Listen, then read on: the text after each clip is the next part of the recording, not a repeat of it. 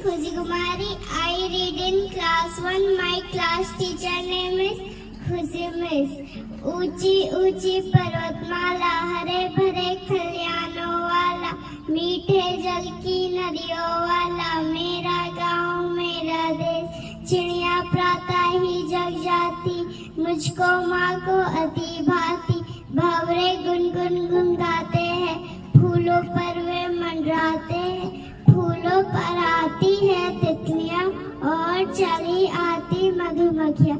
गेहूं खेतों में लहलहाते, हरे भरे मन को अति भाते।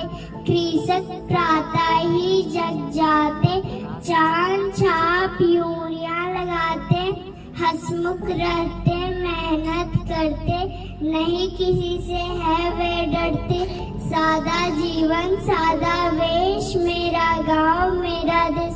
Thank you.